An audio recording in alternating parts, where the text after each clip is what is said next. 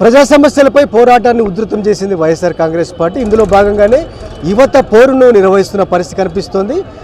అసలు ప్రభుత్వం మీద ఏం డిమాండ్ ఉంచబోతున్నారో ఒకసారి తెలుసుకునే ప్రయత్నం చేద్దాం. మన ముందు వైఎస్ఆర్ కాంగ్రెస్ పార్టీ సీనియర్ నాయకులు ఉరవకొండ మాజీ ఎమ్మెల్యే వై విశ్వేశ్వరరెడ్డి గారు ఉన్నారు. ప్రధానంగా విశ్వేశ్వరరెడ్డి గారు ఎట్లా చూస్తున్నారు మొత్తం చంద్రబాబు గారి పరిపాలన, అదేవిధంగా ఇప్పుడు ఈ రోజున యువత పోరు పేరుతో నిర్వహిస్తున్న కార్యక్రమం ద్వారా ప్రభుత్వం మీద ఎట్లాంటి డిమాండ్లు ఉంచుతున్నారు మీరు?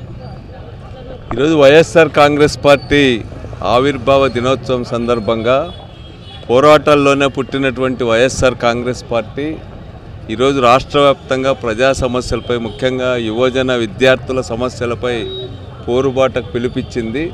ఈరోజు అంతా కూడా రాష్ట్ర వ్యాప్తంగా కూడా ప్రతి జిల్లా కేంద్రంలో కూడా ఈరోజు ప్రభుత్వ వైఫల్యాలకు నిరసనగా పోరాటం అనేటువంటిది చేయడం జరుగుతూ ఉంది. వైఎస్ఆర్ కాంగ్రెస్ పార్టీ ముందు నుంచి కూడా నిర్బంధాల్లో, పోరాటాల్లో పైకి వచ్చినటువంటి పార్టీ.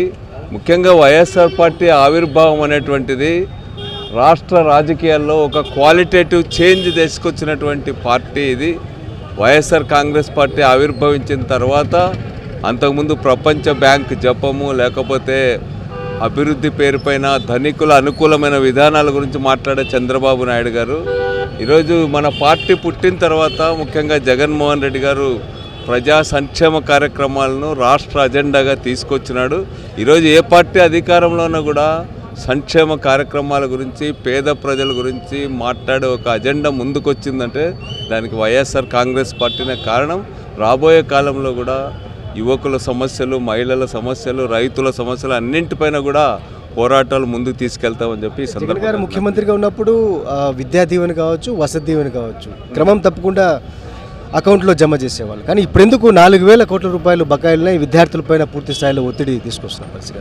ముఖ్యంగా రాజశేఖర రెడ్డి గారు ముఖ్యమంత్రి అయిన తర్వాత పేద ప్రజలకు విద్యను అందుబాటులోకి తీసుకురావాలా, ఏ ఒక్క పేదవాడు కూడా డబ్బులు లేవన్న పేరుపైన విద్యకు దూరం కారాదనేటువంటి దాంతో ఫీజు రీఎంబర్స్మెంట్ ఈ పథకాలన్నీ కూడా తీసుకొచ్చినాడు. ఇంకో అడుగు ముందుకు వచ్చి దాదాపు 73,000 కోట్ల రూపాయలకు పైగా 5 ఏళ్లలో మన జగన్మోహన్ రెడ్డి గారు ఖర్చు పెట్టడం జరిగింది. విద్యారంగంలోనే ఒక పెనుమార్పులు తీసుకొచ్చినాడు, పెద్ద సంస్కరణలు తీసుకొచ్చినాడు. దేశానికి ఆదర్శంగా ఈరోజు జగన్ గారు తీసుకొచ్చిన విద్యా సంస్కరణలు నిలబడుతూ ఉన్నాయి. అందులో భాగంగానే ప్రతి టర్మ్లో కూడా విద్యార్థులకు సంబంధించిన ఫీజు రీఎంబర్స్మెంటు, అదేవిధంగా వసతి దీవెన, ఇవన్నీ కూడా ప్రతి టర్ము వాళ్లకు విద్యార్థుల్ని యాజమాన్యాలు ప్రశ్నించకముందే కూడా అందరికీ జమ చేసేవాడు. అయితే ఈ ప్రభుత్వం వచ్చిన తర్వాత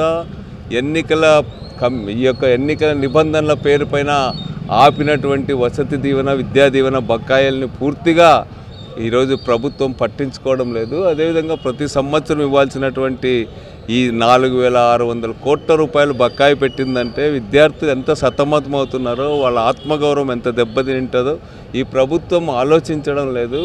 ఈ ప్రభుత్వం అదొక భారంగా తప్పనిసరిగా చేయాలి కాబట్టి చేస్తామనేటువంటి పద్ధతుల్లో ఆలోచిస్తుంది తప్ప అది తన బాధ్యత, అదొక కమిట్మెంట్ అనేటువంటి పద్ధతులు ఈ ప్రభుత్వం ఆలోచించడం లేదు. విద్యారంగంలో ఈరోజు యూనివర్సిటీల్లో కూడా 19 యూనివర్సిటీల్లో 17 యూనివర్సిటీల వైస్ ఛాన్సలర్స్ రాజీనామా చేసినారంటే ఎంత అన్డెమోక్రటిక్గా ఉంది. అదేవిధంగా ఉన్నత విద్యలో ఈ ప్రభుత్వం ఏ విధంగా జోక్యం చేసుకుంటూ ఉందనేటువంటిది కూడా అర్థమవుతూ ఉంది.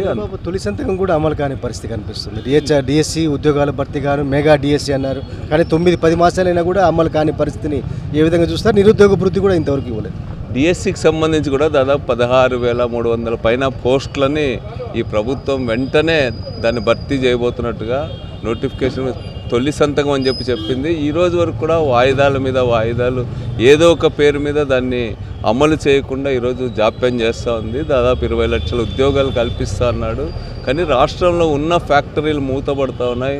దాదాపు 2.5 లక్షల మంది వాలంటీర్లను అందరినీ కూడా తీసి పడేసినటువంటి ఈ ప్రభుత్వం. అదేవిధంగా సచివాలయ సిబ్బంది కూడా ఈరోజు అగమ్యగోచరంగా వాళ్ళ పరిస్థితి, భవిష్యత్తు గురించి ఆందోళన పడుతూ ఉన్నారు. ఉద్యోగులు ఎవరి సమస్యలు పరిష్కారం కాల, ఒక్క కొత్త ఉద్యోగం ఇచ్చినటువంటి పాపాన పోలా. అందుకని ఈ ప్రభుత్వం పట్ల యువత, విద్యార్థులు తీవ్రమైనటువంటి ఆగ్రహం వ్యక్తం చేస్తున్నారు. వాళ్ళ ఆశలకు అనుగుణంగా, అదేవిధంగా వాళ్ళ డిమాండ్స్ కోసం ఈరోజు ఈ పోరుబాట కూడా మేము నిర్వహిస్తున్నాం. తప్పనిసరిగా ప్రభుత్వం మేము అరిచిన తర్వాత, మన పార్టీ అరిచిన తర్వాత 700 కోట్లు ఇచ్చామని చెప్తా ఉంది, కానీ వాళ్ళు బకాయిలు పడి 4,650 కోట్లలో 700 కోట్లు అనేటువంటి చాలా చిన్న భాగం.